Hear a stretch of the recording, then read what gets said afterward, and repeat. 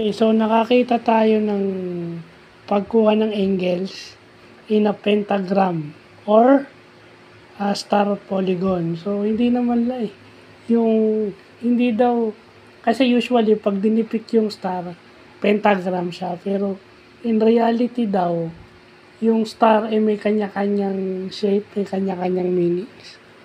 So, ito yung pagkuha ng pentagram o yung star polygon na merong five sides. 5 equal sides and 5 equal angles. So, paano rin tinitreat doon yung pentagon na may 5 sides. Makakabuo ka rin ng triangle dyan. So, yung pinakamadali, ayan.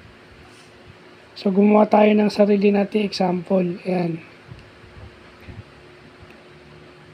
So, 180, ang angle naman is, supplementary siya. So, ima-minus mo lang yung given sa 180. Or 180 times 5 minus A plus B plus C. Yun. So, 900 minus mo yung sum ng mga given, yung minus mo sa 180 para makuha yon. So, lumabas 150. So, hindi magiging kompleto yung knowledge natin sa trigo kung sa angle, sa trigo, kung pati ito, kakalimutan natin.